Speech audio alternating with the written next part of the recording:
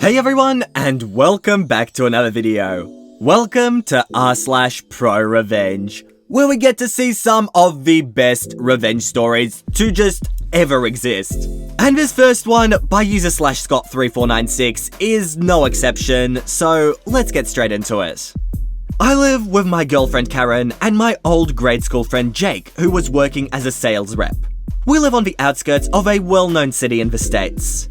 I was in my late 20s and found myself looking for work as a bar I was working at closed down.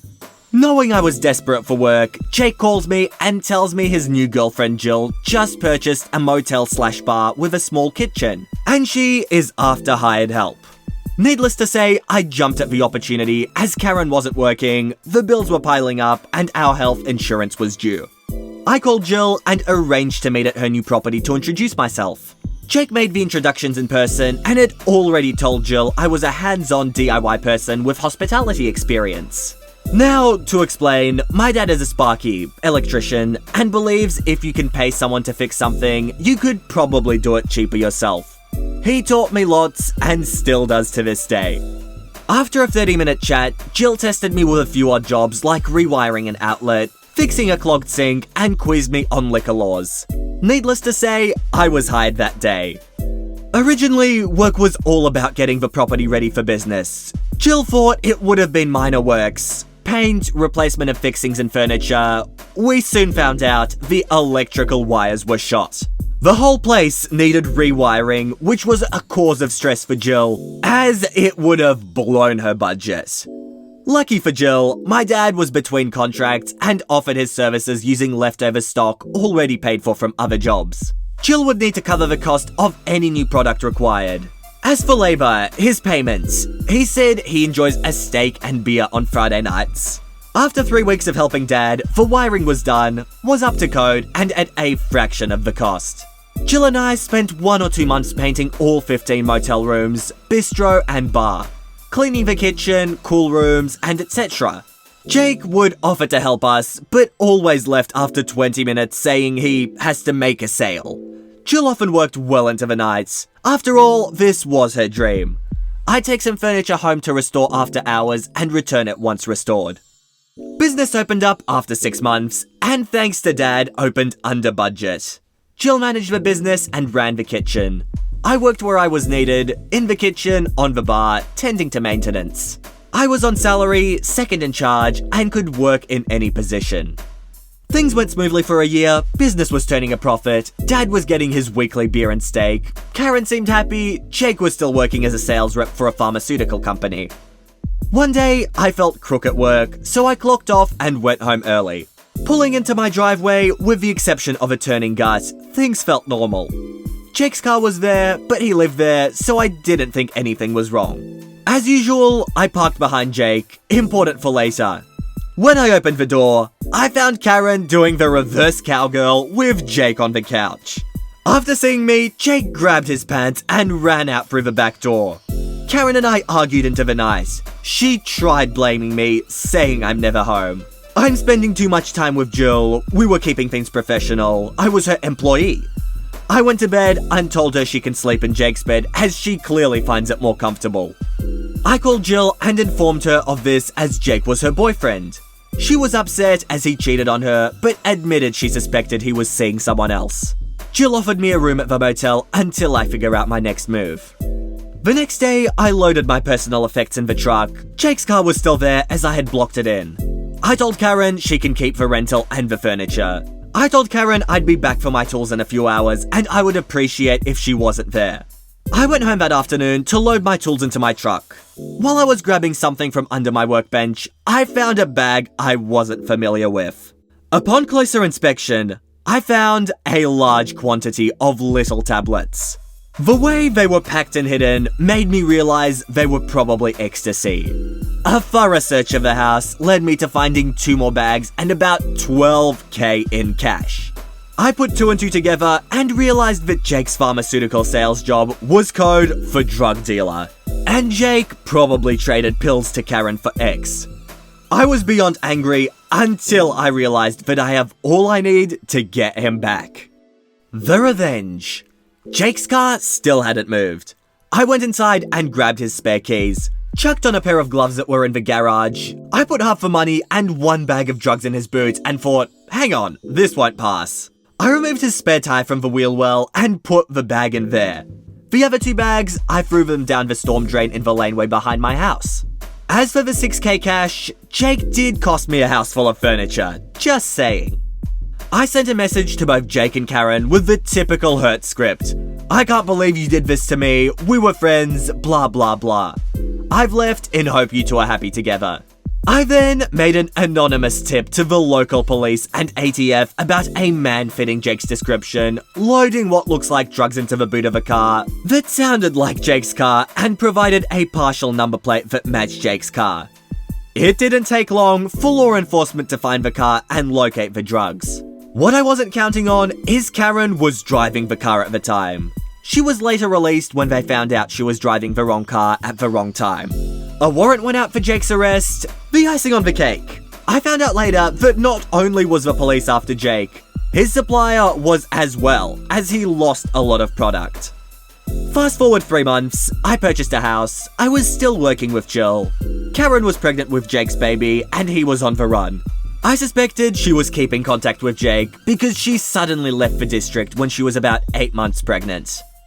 12 months after the incident, after a drunk night, Jill and I mixed business with pleasure and started dating. That was 10 years ago. We're married, have 2 children, and just opened our 3rd business.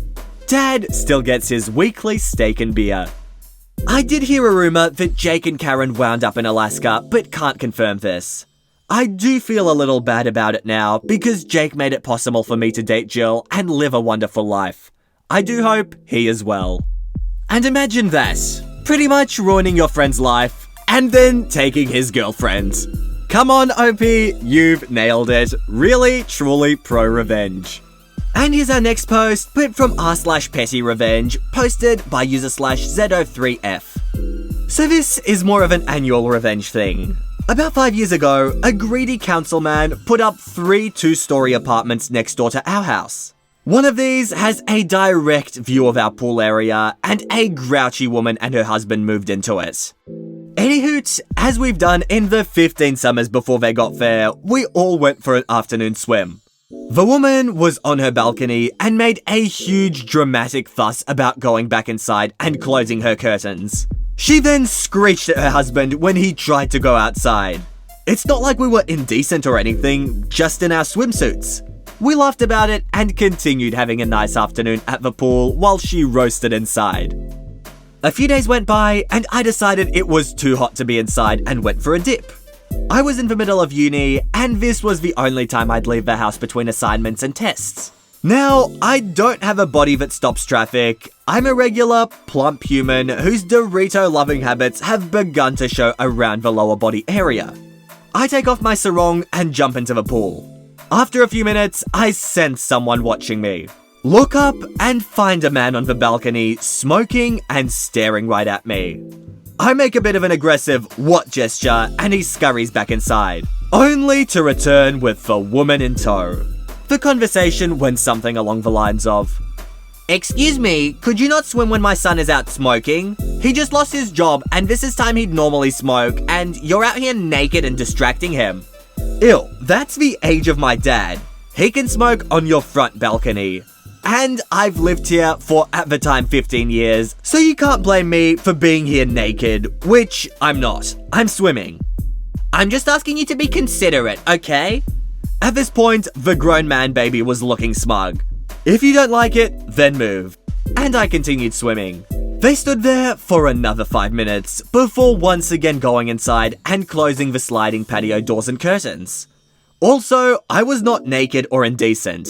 I wear full swimsuits because I'm a little insecure about my belly. See paragraph about the Doritos. I told my parents, and the next day my mum joined me in the pool to show them, and I quote, "what real traumatizing thighs look like." But that got me thinking though. I could make their summers a living hell if closing all their curtains was how they'd go about seeing us in the pool. So now, every summer, weather permitting, I go out and flash my thighs for a few hours in the afternoon and have them roast up in their apartment. It's been 5 years of this, and I will continue doing this until the day I leave home. And here's our next post by user/nothingdoing. I used to be kind of a bus. I've really mellowed out since, but sometime around 2001, 2002, I had an incident in my university dorm laundry room. I can pinpoint the year because my freshman year was the only year our laundry machines took quarters.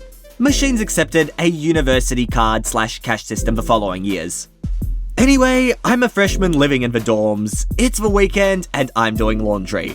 We had an unwritten rule in the dorm laundry room.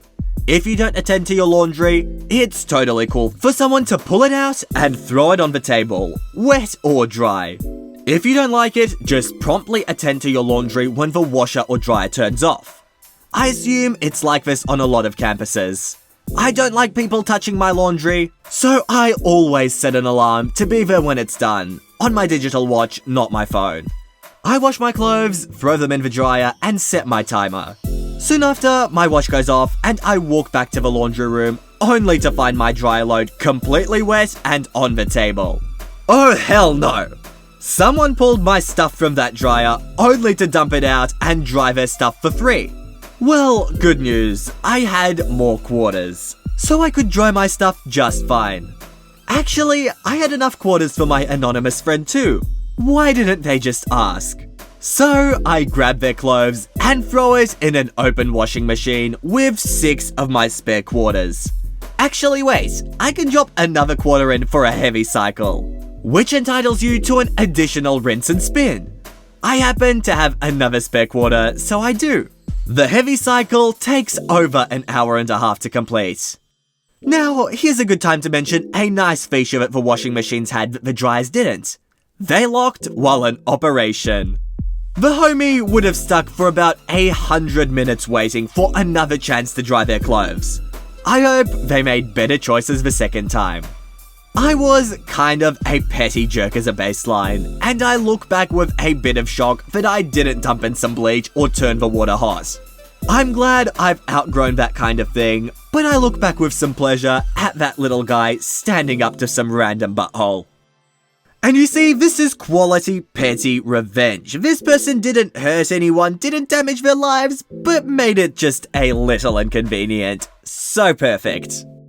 Alright everyone, I think I'm going to leave it here for today. I hope you enjoyed this video, and if you did, make sure to subscribe to the channel for Reddit videos every second day. But with that said, that is it from me. I hope you all enjoyed, and all I want to do is see you all here next time. See you later, guys.